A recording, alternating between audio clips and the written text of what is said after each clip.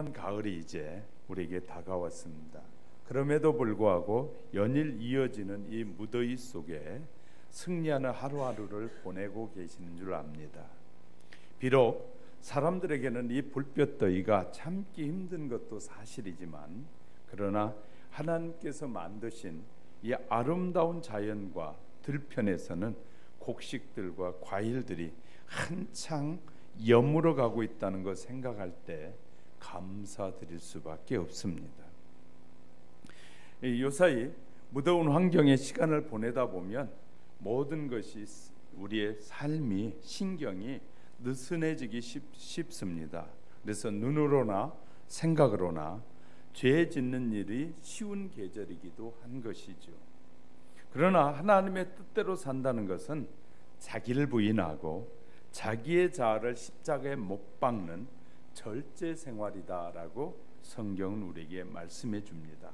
그러므로 신앙생활을 잘 한다는 것은 자기 통제, 셀프 컨트롤을 얼마나 하느냐에 따라서 달려 있다는 것입니다. 절제를 잘하는 생활이라도 우리는 신앙생활을 정리해 볼 수 있을 것입니다.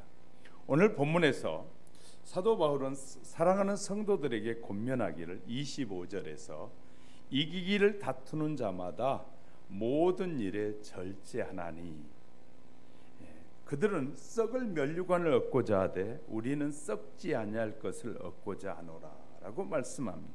뿐만 아니라 27절에서 내가 내 몸을 쳐 복종하게 함은 내가 남에게 전판 후에 자기가 도리어 버림이 될까 두려워함이라 라고 말씀하셨어요.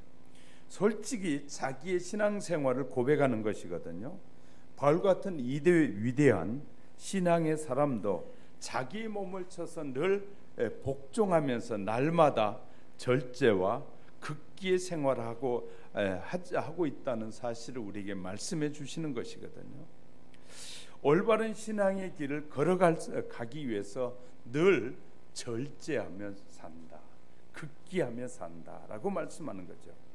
올바른 신앙생활이란 절제와 극기의 생활을 통해서 마귀를 이기고 수많은 죄를 이기고 세상을 이기고 승리의 생활을 할 수 있는 것이거든요. 절제가 없이는 마귀의 욕을 이길 수가 없고 하나님 앞에 상을 받고 칭찬받는 생활을 바로 할 수가 없다는 것입니다. 우리에게 보는 것, 듣는 것, 또 생각하는 것 모두 죄악된 세상에 가득 차 있는, 세상은요, 보는 것, 느끼는 것, 경험하는 것, 듣는 것, 생각하는 모든 것들이 죄악의 요소들이 가득합니다. 그래서 우리가 세상을 보면 볼수록 우리에게 유익된 일이 별로 없어요. 하나님의 사람들은 세상을 보고 세상을 보면 볼수록 더 많은 유혹과 강력한 유혹이 밀려오기 때문에 보면 볼수록 저와 여러분은 별로 유익되지 않지만, 그런다고 안 보고 살 수 없잖아요. 그러면 그 유혹에서 우리가 이기기 위해서는 절제와 극기 훈련이 늘 필요하다는 것입니다. 하나님은 저와 여러분이 늘 절제하며 살기를 원해요. 또 철저하게 자기 자신을 복종하는 그런 훈련을 하며 살아가길 원하신다고 우리에게 말씀하고 있는 것이죠. 절제는 군인들이 사용하는 총의 안전장치와 같아서 이것이 없으면 언제든지 오발 사고로 인해서 자신의 인생을 엉망으로 만들 뿐만 아니라 다른 사람의 인생까지 엉망으로 만들 수 있다는 사실을 우리는 기억해야 될 것입니다.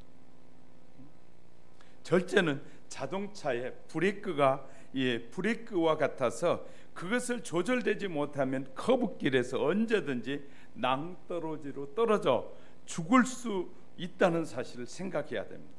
사도 바울은 복음을 위해서 자신의 각오와 결심을 피력하면서 이는 성도들의 삶의 표현이기도 하지만 항상 영적인 긴장 상태에서 나태함으로 인해서 자신의 삶에 대한 목표가 상실되거나 곁길로 떠나서는 안 되기 때문에 자신의 삶을 그렇게 늘 절제하며 산다라고 하면서 저와 여러분에게 또한 주시는 하나님의 말씀이기도 하는 것이죠. 그래서요, 저와 여러분은 곁길로 가서는 되지 않을 것입니다. 하나님의 나라가 우리에게 가까이 오고 있는데 저와 여러분이 곁길로 간다는 것은 하나님의 나라에 들어가는 걸 포기하는 것과 같은 생각이라고 할 수 있을 것입니다. 곁길로 가서는 안 될 것이라는 사실을 오늘 인식하는 은혜가 저와 여러분이 있어지기를 주의 이름으로 축복합니다. 그래서 특별히 본문의 내용을 기초로 해서 성도의 어떠한 태도가 바른 것인지, 또한 영적인 다름질하는 것과 이런 과정에 있어서 바른 길을 택했는지, 그렇지 않으면 올바른 길이 아닌지를 살펴볼 수 있는 그런 시간이 되길 바랍니다. 브레이크가 고장난 차보다 더 위험한 것이 무엇인 줄 아십니까? 그것은 바로 절제할 줄 모르는 우리의 마음인 것입니다. 모든 언행 심사를 억제하고 구별하고 적당히 함으로 인해서 승리의 생활을 할 수 있다는 것입니다. 그러면 실제로 우리에게 필요한 절제가 무엇인지를 오늘 살펴가는 사이에 저와 여러분 속에 다시 한번 절제 은혜가 임하는 축복이 있기를 주의 이름으로 축복합니다. 첫 번째는요, 마음의 생각과 언어를 절제해야 된다는 것입니다. 본문은 자기는 스스로 다스려야 된다. 자기를 다스려야 된다. 25절에서 이기기를 다투는 자마다 모든 일에 절제하나니 그들은 썩을 승리의 관을 얻고자 하되 우리는 썩지 아니할 것을 얻고자 하노라. 이 구절에서 절제한다는 말은 어떤 명령 아래에 있는 것 혹은 욕망을 억제하는 것을 의미하는데, 절제는 성령의 9가지 열매 중에 하나이기도 하다고 갈라디아서 5장 23절에서 말씀하고 있습니다.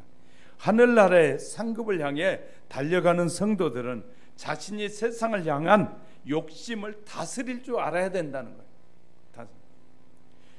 육신의 소욕을 따라 사는 자는 잠시의 쾌락을 누릴지는 모르지만 더욱 큰 기쁨을 상실하게 된다는 것을 우리에게 말씀해 주고 있습니다. 그리스도께서는 진주장사의 비유를 통해서 정말 값진 것이 무엇이며 그것을 얻기 위해서는 어떠한 삶을 살아야 하는지 마태복음 13장 45절 6절에서 우리에게 말씀해 주고 계십니다. 세상의 소욕을 따라 살면 하늘의 상급을 받는 자는 아무도 없다는 것입니다. 성도는 어떤 것이 참되고 영원한 것인지 분간할 수 있어야 한다는 것입니다. 바울이 말한 썩지 아니할 것이라는 말은 하나님께서 그새 충성된 종들에게 주시는 상급이 세상의 것과는 전혀 다른 차원의 것이다 라고 말씀하는 것입니다. 승리를 향해 달려가는 성도들은 그런 의미에서 자신을 끝까지 제어하는 바른 길에서 벗어나지 않도록 최선을 다해야 할 것입니다.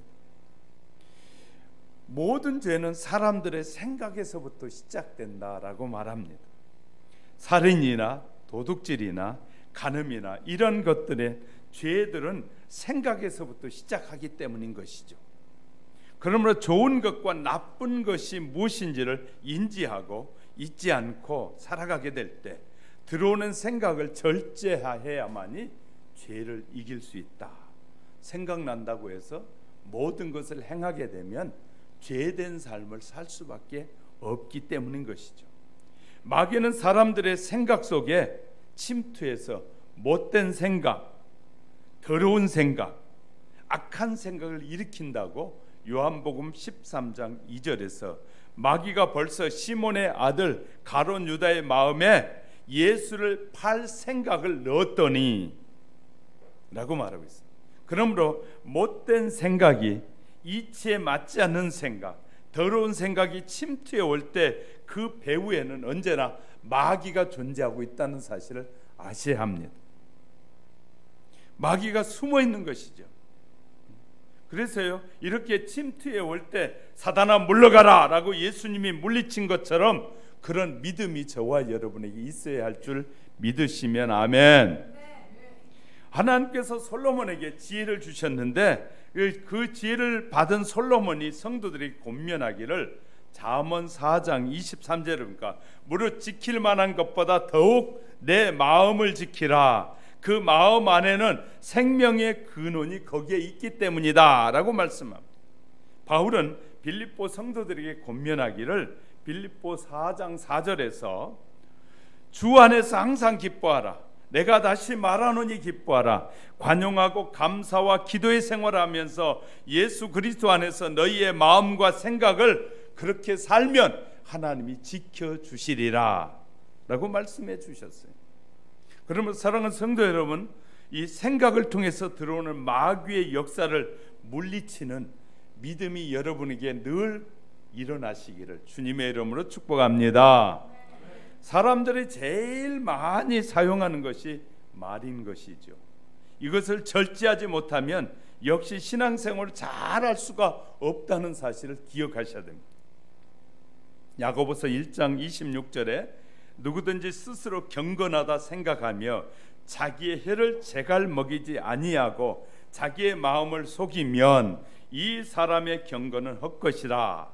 야고보서 3장 2절에서도 우리가 다 실수가 많으니 만일 말에 실수가 없는 자면 곧 온전한 사람이라 능히 온 몸도 굴레 씌우리라 라고 성경은 약속하고 계십니다. 우리는요 예수 믿는다고 하면서 그 부정적인 말을 하고 남을 비판의 말을 하고 남을 판단하는 말을 할 때가 얼마나 많은지 모릅니다.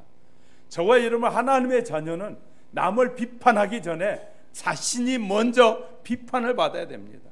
남을 판단하기 전에 내가 판단을 받아야 된다는 거죠. 우리는요 다른 사람을 판단하고 다른 것을 먼저 말하기 전에 내가 판단할 만한 자격이 있는지 나 자신을 먼저 돌아보는 지혜가 있어야 된다는 거죠. 내 자신을 돌아보지 않고 판단하는 것은 내가 다른 사람보다 저 사람보다 낫다, 내가 더 당신보다 낫다라는 것을 말하는 것입니다. 우리는 비판할 때 굉장히 조심해야 돼. 판단할 때 조심해야 돼. 그것이 그리스도인이 해야 될 일입니다. 그리스도인은 함부로 절대 그래서 남을 평가하고 판단해서는 안 된다는 것입니다. 그리스도인은 그래서 비판의 말을 함부로 쏟아내는 것은 참된 그리스도인의 삶이 아니라는 것을 기억하셔야 됩니다. 때로는요 같이 함께 신앙생활하는 성도들이 막 목사를 판단하고 또 막 성도들끼리 서로 판단하고 그러는 경향이 있습니다.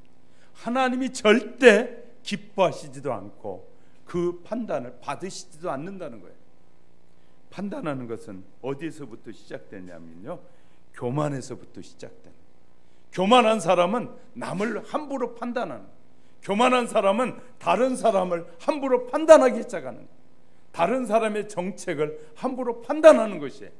다른 사람의 생각을 내 생각보다 못하다고 함부로 편단하는, 이것은요 교만에서부터 시작된다는 것입니다.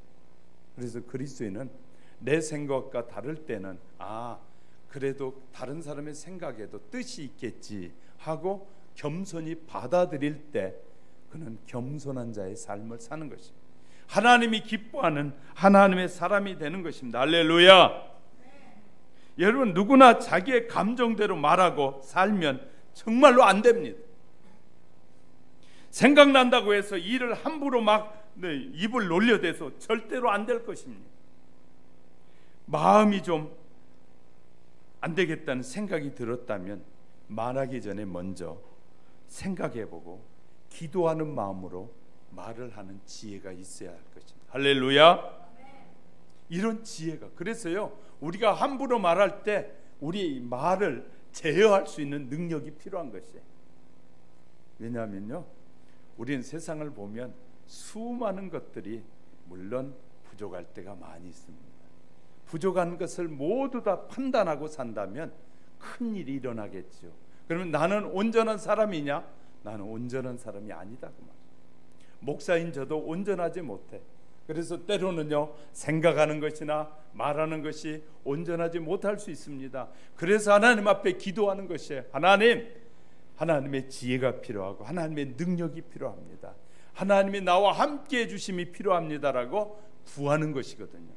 기도하지 않으면서 남을 판단하고, 기도하지 않으면서 남을 비판하고, 기도하지 않으면서 다른 사람보다 내가 더 위대하다고 말하는 것은 굉장한 교만이 들어있는 것입니다. 여러분이 아는 지식이 얼마나 됩니까? 여러분이 지금까지 읽었던 책 지식이 얼마나 됩니까? 결코 알고 보면 별것 아니다. 다른 사람도 그만큼 보는 사람들이 너무너무 많습니다. 그런데 내 아는 지식 가지고 모든 것을 아는 것처럼, 모든 것을 소유한 것처럼, 모든 것을 다 깨달은 것처럼 말하는 것은 굉장히 위험하다는 사실을 기억하셔야 됩니다. 우리는 하나님의 자녀이기 때문에 우리는 판단하기 전에 자기를 보는 지혜가 있어야 될 것입니다. 베드로 사도는 베드로전서 3장 10절에서 생명을 사랑하고 좋은 날을 보기를 원하는 자는 혀를 금하여 악한 말을 그치며 그 입술로 계율을 말하지 말라. 권면하는 말씀에 순종하는 지혜롭고 복된 성도들이 되어야 할 것입니다. 그러므로 말은 천천히 하고 듣기는 속히 하는 은혜가 우리 하영교회 온 성도들에게 늘 충만하게 임하시기를 주님의 이름으로 축복합니다. 축복합니다. 두 번째는요, 보이는 현상과 음식을 절제해야 한다는 것입니다. 본문의 성도들은 목표를 뚜렷하게 정하고 정해야 한다라고 26절에서 말하죠. 우리 26절 크게 한번 같이 읽도록 하겠습니다. 26절 시작. 그러므로 나는 다름질하는 향방 없는 것 같이 아니하고 싸우기를 허공을 치는 것 같이 아니하며. 고린도 교회 성도들을 권면하는 바울은 자신의 삶을 다름질에 비유하고 있습니다. 그 다름질은 분명히 목적하는 바가 있다고 강조하고 있습니다. 이는 성도의 삶에도 적용될 수 있는 아름다운 고백이기도 한 것이죠. 바울의 시대에 올림픽 경기가 있었는데 그 가운데 이스드미아라는 경기도 있었습니다. 고린도 사람들은 이 경기가 더 친숙한 것 같았어요. 그런데 아무튼 그 경기 한 종목으로 시행되었던 것이 달리기 종목이었습니다. 이 달리기 종목에는 결승점이 분명히 정해져 있었습니다. 선수가 아무리 빠르게 달린다고 해도 결승점이 아닌 다른 곳으로 달려가서는 아무런 상을 받을 수가 없습니다. 바울이 비유적으로 표현한 성도의 삶도 이와 유사하다고 볼 수 있습니다. 하나님을 믿고 신앙생활을 시작하는 것은 누구에게나 비슷하지만 그 과정 후에 주어질 상급에 너무나 큰 차이가 있다는 것입니다. 시작은 좋았으나 그 목표점을 잘못 찾아 이 멸망하는 사람들도 얼마든지 있다는 것입니다. 시작은 잘했는데 그 시작의 종말에 가서는 그 종점에 도착하지 못한 사람들이 얼마든지 있더라는 것입니다. 예를 들어 성경에서 찾아보면 구약의 사울이라는 왕이 있습니다. 신약의 가룟 유다가 그 대표적인 인물이라고 말할 수 있을 것입니다. 사울 왕은 처음에는 열심히 있었습니다. 그래서 성령이 그에게 충만하여 성령의 사람이다라고 말할 정도였습니다. 그리고 백성들로부터 그러나 신망과 존경을 받았지만 끝내는 교만으로 인해서 하나님으로부터 버림을 받았습니다. 하나님이 부르셨지만 교만해지면 하나님이 버리시기도 한다는 사실을 우리는 기억해야 될 것입니다. 가룟 유다, 그리스도로부터 12제자 가운데 한 사람으로 특별히 선택되기도 하였습니다. 세상의 정욕과 재물에 눈이 어두워져서 멸망의 길을 가고 말았습니다. 이러한 사람들 모두 신앙생활의 목표를 상실하고 자초한 본보기일 것입니다. 성도들은 향한 이 생의 삶보다는 하늘나라에 누릴 영생과 그의 상급을 바라보면서 자신의 길을 정확하게 달려가야 할 것입니다. 아담과 하와가 범죄했을 때도 마귀의 유혹을 받아 먹지는 못해도 보기만 하자 하는 그런 마음으로 선악과를 보니 보암직하고 먹음직하고 지혜롭게 할 만큼 탐스러웠다라고 말하고 있습니다. 그 다음에 손을 내밀었습니다. 그래 따먹었습니다. 요즘 같이 날씨가 더운 날에는 육체를 많이 노출하는 그 옷을 입는 사람들도 많습니다. 보는 것을 절제해야 하고요, 생각 속에서도 죄가 침투하지 못하도록 해야 될 것입니다. 그래서 성도들은 교회 나올 때 옷도 단정하게 입어서 다른 사람에게 유혹거리가 되지 않도록 해야 된다는 것입니다. 저도요, 그냥 반바지만 입고 그냥 런닝구만 입고 그렇게 설교할 줄 알아야 할 수 있어요. 그러나 다른 사람에게 유익되지 않기 때문에 지금 제가 땀이 막 나잖아요. 이 땀을 나면서도 입는 거예요. 왜냐하면요, 다른 사람에게 유익이 되게 하기 위해서. 다윗 왕도 이 하나님의 마음에 꼭 맞는 왕이었습니다. 어느 날 옥상을 거닐다가 목욕하는 아름다운 여인을 보고 정욕이 불같이 타올라 간음죄를 지었습니다. 이 죄 때문에 여인의 남편을 죽였고요, 권력을 남용하는 죄를 지었고 거짓말하는 죄를 짓고 수많은 죄를 짓기 시작했습니다. 그 죄의 유혹을 이겨야 하는데 절제하지 못했기 때문에 평생에 다윗의 집에 살인과 음란과 가정 불화의 칼이 떠나지 않는 징계를 받게 됩니다. 욥은 말하기를 욥기 31장 1절에서 내가 내 눈과 언약을 세웠나니 어찌 처녀에게 주목하랴 라고 말하고 있습니다. 예수님께서도 마태복음 5장 28절 여자를 보고 간음을 품는 자마다 이미 간음하였느니라 라고 말씀해요. 우리는 언제나 우리의 눈으로 보는 것을 굉장히 조심해야 한다는 말입니다. 우리는 먹는 것도 절제해야 됩니다. 사람의 본능 중에 가장 기본이 되는 것이 먹는 본능이잖아요. 식욕이 제일 강한 것입니다.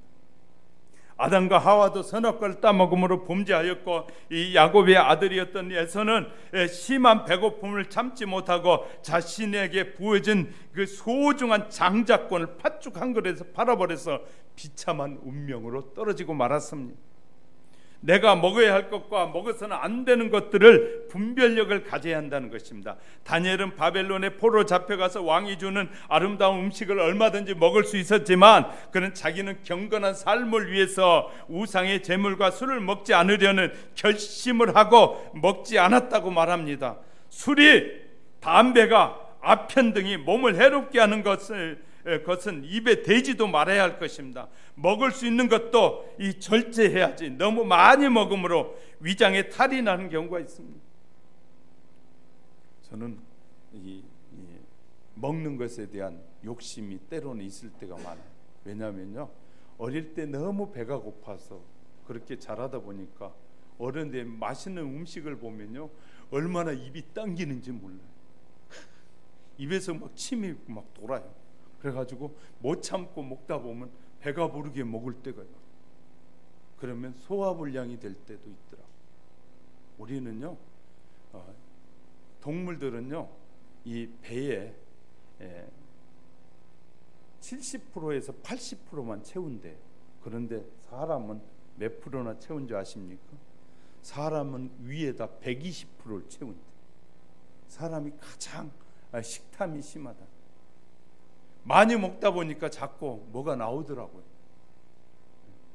많이 먹으면 뭐가 나올까요? 그거는 배에 살이 자꾸 쪄요. 결국은요, 적게 먹으면 절대 살찌지 않습니다. 많이 먹어서 살찌는 거예요. 여러분의 배가 많이 나오신 분들은 적게 먹는 훈련하셔야 돼요. 그러면 배가 들어가게 돼 있어요. 저와 여러분은 이 식탐도 절제해야 된다. 우리는 보는 것으로부터 죄가 시작하는 경우가 참 많습니다. 죄는 대개의 경우 눈으로 보고 생각을 일으켜서 행동을 나타내는 과정을 밟습니다. 그러므로 보이는 모든 것에 생명을 거는 어리석은 자리에서 벗어나고 일어서는 우리 하영교회 성도 여러분이 되시기를 주님의 이름으로 축복합니다. 세 번째는요, 우리가 생각해야 될 것은 승리자와 패배자의 모습을 알으셔야 돼요. 본문 27절에 보니까 내가 내 몸을 쳐 복종하게 함은 내가 남에게 전판 후에 자기가 도리어 버림이 될까 두려워합니다. 27절 같이 읽습니다. 시작. 내가 내 몸을 쳐 복종하게 함은 내가 남에게 전판 후에 자기가 도리어 버림이 될까 두려워함이로다. 영광의 면류관에 달려가는 성도들은 만일 그 길에 낙오가 되거나 벗어났을 경우에 비참한 처지에 대해 생각해 보면서 각오를 늘 다듬으며 살아야 된다는 것입니다. 위대한 전도자의 사도였던 바울도 본문에서 버림이 될까 염려하였다. 자신을 치면서까지 진리에 복종하려고 했다는 건 설명 아닙니까? 성도들은 이러한 단단한 각오가 있어야 됩니다. 전투적인 삶을 통해 주어지는 상급이야말로 귀하고 값진 것이라는 것입니다. 히브리서 11장에 기록한 믿음의 승리자들은 바로 이러한 그 수많은 유혹 앞에서 패배자의 고통, 패배했을 때 그 안타까움을 생각하면서 승리의 기쁨을 누리기 위해서 그들은 절제하며 살았다는 것입니다. 자, 저와 여러분이요, 수많은 유혹을 받게 될 때, 많이 먹었더니 배가 나오는가, 운동하는데 힘들고요, 배가 나오면 그 다음에 뭐가 오냐면 병이 와요. 병이 오면 결국은 병원에 가야 되고, 병원에 가면 내가 가지고 있는 돈을 써야 되고요, 내가 땀 흘려 번 돈이 병원에 자꾸 버려야 돼요. 요새 이런 말을 합니다. 유명한 의사가, 그는 정말 양심적인 의사더라고요. 텔레비전에 나오고 이런 말을 했어요. 수많은 의사들이 수많은 환자를 만들고 있다. 예를 들어요, 혈압이 지금 저와 여러분이 120에 80이 정상이다라고 가르치잖아요. 그런데 그 의사가 이런 말 하더라고요.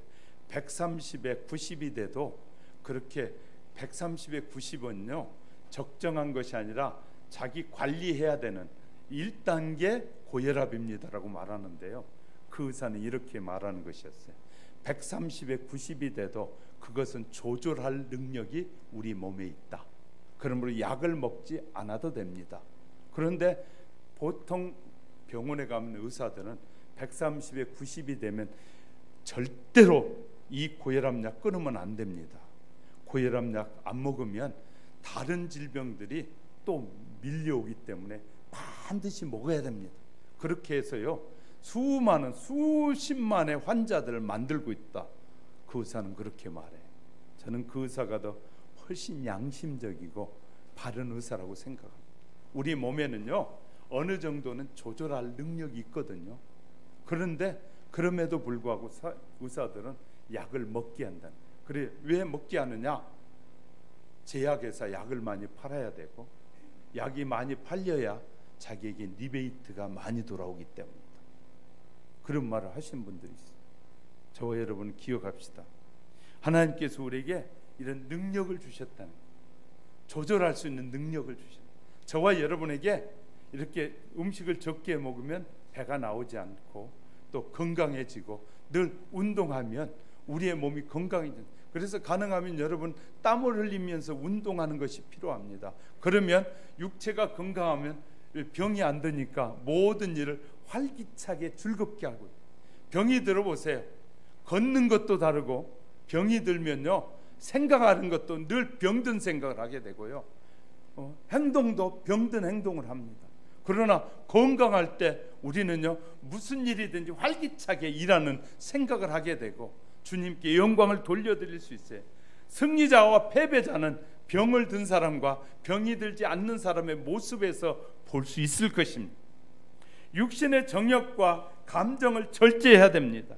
정상적인 부부 생활이라면 죄가 되지 않습니다. 왜냐하면 하나님께서 주신 본능 자체가 죄가 되지 않는 것입니다. 그러나 이 본능적인 성적 욕구를 절제하지 못하면 언제든지 마귀의 밥이 될지 모릅니다. 그래서 자신과 가정을 파괴하는 경우를 보게 됩니다. 특히 우리가 사는 시대는 음란하고 폐역합니다. 이성의 본능의 브레이크 장치가 잘 작동되지 않아서 절제하지 못하면 신앙생활에 실패하고 만다는. 오늘 처음 오신 분이시지만 이분이 얘기를 들으면서 저는 가슴이 너무 아팠어요. 남편이 술을 먹고 와서 너무 머리를 때려서 지금 지체 상급에 머리 뇌에 상급 받았다는 거예요. 그리고 그 남자는 그렇게 패고 집을 떠나서 이혼을 하자고 해서 다른 여자하고 살고 있다. 저는 가슴이 여미었어요. 이분이 얼마나 많은 상처를 받았고 한 영혼이 이렇게 상처를 받고 있고, 이혼이라는 이 길은요 다른 또 한 사람에게는 얼마나 큰 상처를 주는지 몰라요. 쉽게 이혼하고 쉽게 이혼한다는 말을 하고 쉽게 하는 말들이 서로를 이해해주고 서로의 그 마음을 알아주지 못하는 것들이 또 다른 사람에게 엄청난 상처와 큰 아픔을 준다는. 마지막에 남편이 딸도 죽였어요. 저는 그 가슴이 여몄어요.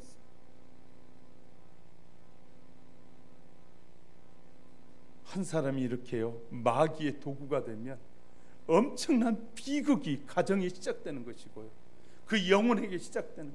우리는 그래서 함부로 말하고 함부로 행동하는 거 절제하며 살아야 돼. 그게 그리스도인이에요. 우리가 함부로 말하고 함부로 행동할 때 다른 사람이 그 영혼의 상처가 되고 그 마음의 상처가 되고 한 영혼의 상처뿐만 아니라 한 가정의 상처가 되고 그런 사람이 많아지는 사회가 되면 그 사회는 비극적인 사회로 바뀌게 되는 거예요. 하나님을 섬기는 우리들 뭐죠? 우리 자꾸 세상의 유혹에 빠져들고 세상의 정욕에 빠져들어서 나도 모르는 사이에 세상이 좋아지고, 무엇 때문에 세상에 많이 나가서 시간을 투자합니까? 가서 보면 볼수록 얼마나 많은 유혹이 우리에게 밀려옵니까?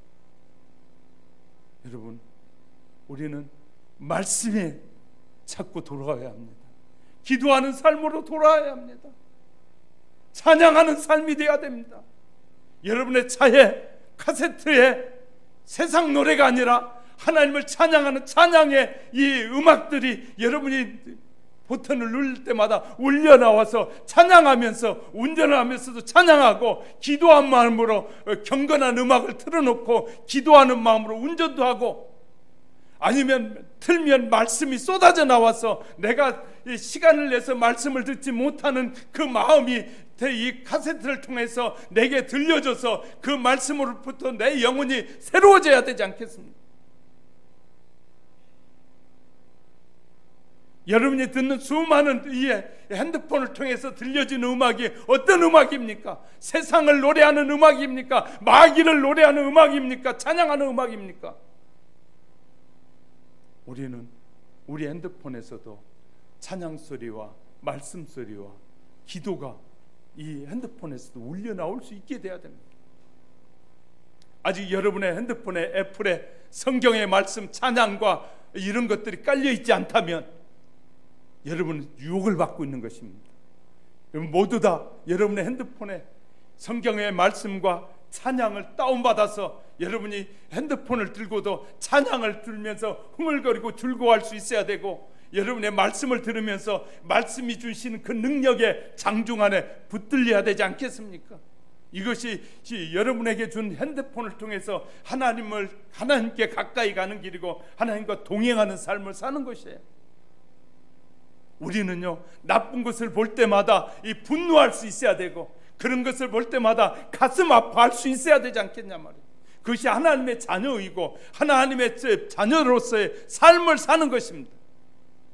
결단하고 잘라내지 못하면 여러분 하나님의 나라에 들어가지 못할 수 있다는 걸 기억하셔야 됩니다.